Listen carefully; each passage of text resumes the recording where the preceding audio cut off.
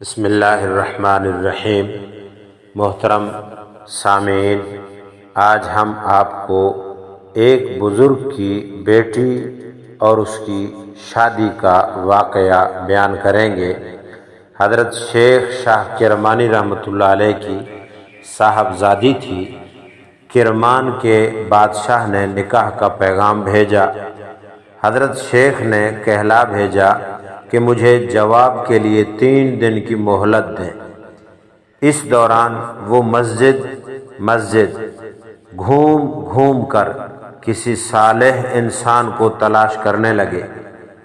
ایک لڑکے پر ان کی نگاہ پڑی جس نے بہت اچھے انداز میں نماز ادا کی اور پھر دعا مانگی۔ حضرت شیخ نے اس کو نماز پڑھتے دیکھ کر اور دعا مانگتے دیکھ کر اس کے پاس تشریف لائے اور اس سے پوچھا، کیا تمہاری شادی ہو چکی ہے؟ اس نے نفی میں جواب دیا۔ پھر پوچھا، کیا نکاح کرنا چاہتے ہو؟ لڑکی قرآن مجید پڑھتی ہے، نماز روزے کی پابند ہے، خوبصورت، پاک باز، نیک سیرت اور صالحہ ہے۔ اس نے کہا، بھلا میرے ساتھ کون رشتہ کرے گا؟ حضرت شیخ نے فرمایا، میں کرتا ہوں، لو یہ درہم، 1 درہم روٹی، 1 درہم کا سالن اور 1 درہم کی خوشبو خرید لاؤ۔ اس طرح حضرت شاہ کرمانی رحمۃ اللہ علیہ نے اپنی دختر کا نکاح اس سے پڑھا دیا۔ لڑکی جب شوہر کے گھر آئی تو اس نے دیکھا پانی کی سراہی پر 1 روٹی رکھی ہوئی ہے۔ اس نے پوچھا، یہ روٹی کیسی ہے؟ شوہر نے جواب دیا، یہ کل کی باسی روٹی ہے، میں نے روزہ رکھا ہوا ہے اور افطار کے لیے اس کو رکھا ہوا ہے۔ یہ سن کر وہ غمزدہ ہونے لگی۔ شوہر نے کہا، مجھے معلوم تھا شیخ شاہ کرمانی کی دختر بیٹی مجھ جیسے غریب کے گھر میں نہیں رک سکتی۔ لڑکی نے جواب دیا، میں تمہاری مفلسی اور غربت کے باعث نہیں لوٹ رہی، یا میں غمزدہ نہیں ہوں، بلکہ اس لیے کہ خدا پر تمہارا یقین بہت کمزور نظر آ رہا ہے، بلکہ مجھے تو اپنے والد پر حیرت ہے کہ انہوں نے تمہیں پاکیزہ خصلت اور عفیف صالح کیسے کہہ دیا، جبکہ اللہ پر تمہارے اعتماد، بھروسے اور توکل کا یہ حال ہے کہ روٹی بچا کر رکھتے ہو۔ نوجوان نے اس کی بات سنی تو کہا، اس کمزوری پر معذرت خواہ ہوں۔ لڑکی، اپنا عذر تم جانو اور تمہارا کام، البتہ ایسے گھر میں تو نہیں رک سکتی جہاں ایک وقت کی خوراک جمع کر کے رکھی گئی ہو۔ اب یا میں رہوں گی یا روٹی۔ نوجوان نے فوراً جا کر روٹی خیرات کر دی اور ایسی درویش صفت شہزادی کا شوہر بننے پر شکر ادا کیا اور اس کو اپنی بیوی بنا کر رکھنے پر راضی ہو گیا۔ محترم سامعین ذی وقار، آپ اندازہ لگائیں پہلے لوگوں کے شادیاں کتنی سادی ہوتی تھیں، اور دوسرا آپ اس بات پر اندازہ لگائیں کہ اس نے ایک وقت کی باسی روٹی رکھنے پر، جبکہ شوہر روزے دار ہے، اس کو اللہ کے توکل کے خلاف سمجھ رہی ہے۔ آج ہم اپنی زندگی دیکھیں، توکل دیکھیں، خدا پر یقین دیکھیں، بھروسہ دیکھیں، اور ہم اللہ پر کمزور عقیدے دیکھیں، اور پھر اللہ کی دی ہوئی نعمتیں دیکھیں کہ کتنا کچھ اللہ نے دیا ہوا ہے اور کتنا کھلا رہا ہے، کتنا پلا رہا ہے۔ ایک نہیں، ہزاروں قسمی نعمتیں ہمارے پاس موجود ہیں، لیکن مجال ہے کہ شکر زبان پر ہو، اور مجال ہے کہ ہم اللہ تعالیٰ کی نعمتوں کی قدر والے ہوں۔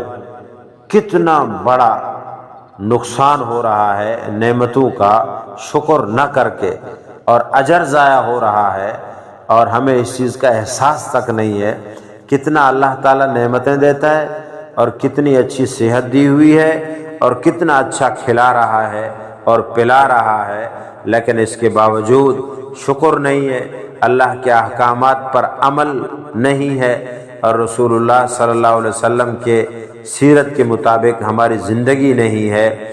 تو اب آپ اور میں اپنی زندگی کو جانچیں اور پرکھیں کہ جس رب نے اتنی نعمتوں سے لبریز زندگی دی ہے اور عافیت سے بھری زندگی دی ہے، اس رب پر یقین نہ کرنا اور توکل نہ کرنا، بھروسہ نہ کرنا، یہ ہمارے لیے کتنی باعث شرم بات ہے، اور کتنا بڑا المیہ ہے کہ ہم رب تعالیٰ پر یقین نہیں کرتے اور اللہ تعالیٰ پر توکل نہیں رکھتے، جبکہ اس میں نقصان ہمارا ہی ہے۔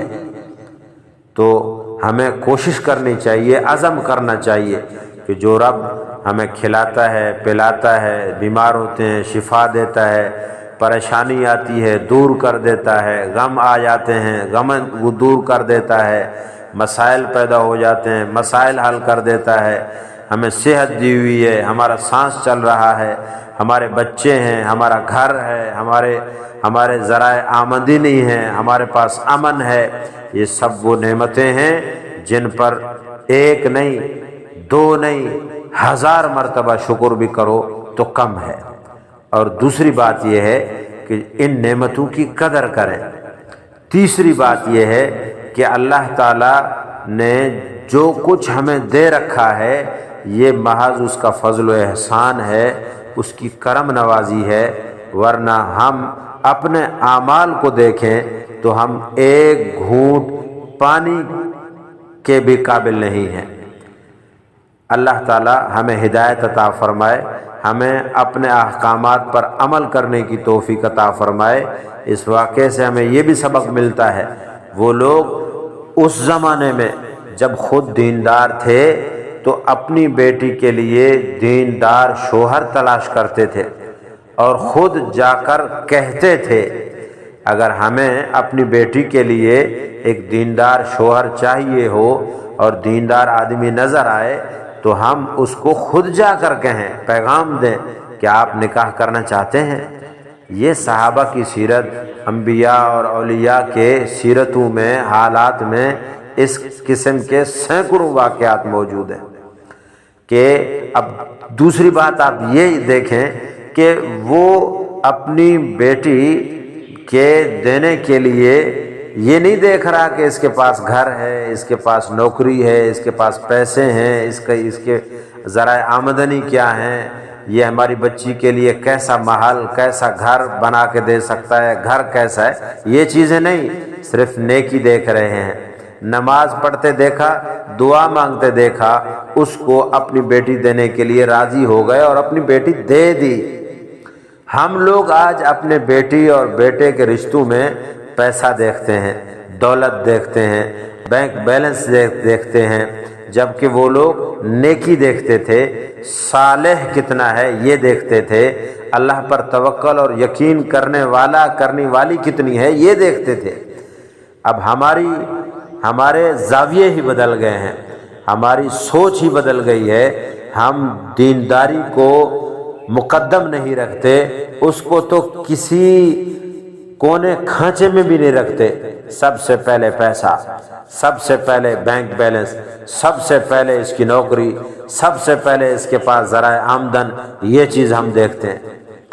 اور اس کی وجہ سے کہ جب دین کو ہم نے ترجیح نہیں دی، دین کو پس پش چھوڑ دیا، نہ بچوں کو دین سکھایا، نہ دیندار گھرانہ بنایا، نہ دیندار ہمیں اپنی بچی کے لیے شوہر ملا، اور نہ ہی ہم نے تلاش کی، تو ایسے گھروں میں کہاں سے برکتیں آئیں گی، کہاں سے رحمتیں آئیں گی، کہاں سے عافیت آئے گی، کہاں سے سکون ہوگا؟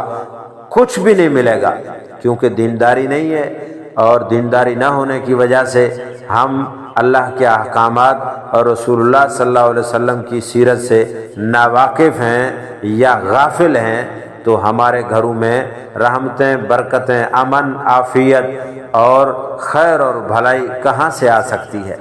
تو میرے مسلمان دوستو، بھائیو، ہمیں اس چیز کا خاص خیال کرنا چاہیے اور دین کی طرف آنا چاہیے۔ ہماری دنیا اور آخرت کی ہمیشہ کی ہر قسمی کامیابی اللہ رب العزت کے احکامات پر عمل کرنے میں اور رسول اللہ صلی اللہ علیہ وسلم کی مبارک پیاری زندگی اور سیرت میں کامیابی رکھی ہے۔ اسی لیے ہمیں کوشش کرنی چاہیے کہ ہم رسول پاک صلی اللہ علیہ وسلم کی سیرت کے مطابق اپنی خوشی، اپنا غم اور اپنے حالات اچھے ہوں یا برے، ہم بھوکے ہوں یا سیراب، ہمیں ہر حال میں شریعت کو فالو کرنا ہے، شریعت پر چلنا ہے، شریعت پر عمل کرنا ہے، کیونکہ ہم نے مر کر اس رب کے پاس جانا ہے اور اس نے ہم سے پوچھنا ہے کہ تمہیں زندگی دی تھی، تم نے کیا کیا؟ تمہیں علم دیا تھا، کتنا عمل کیا؟ ہمارے پاس جو کچھ ہے اللہ کی امانت ہے، ہم اس میں اپنی مرضی نہیں کر سکتے۔ اللہ تعالی ہمیں عمل کی توفیق عطا فرمائے۔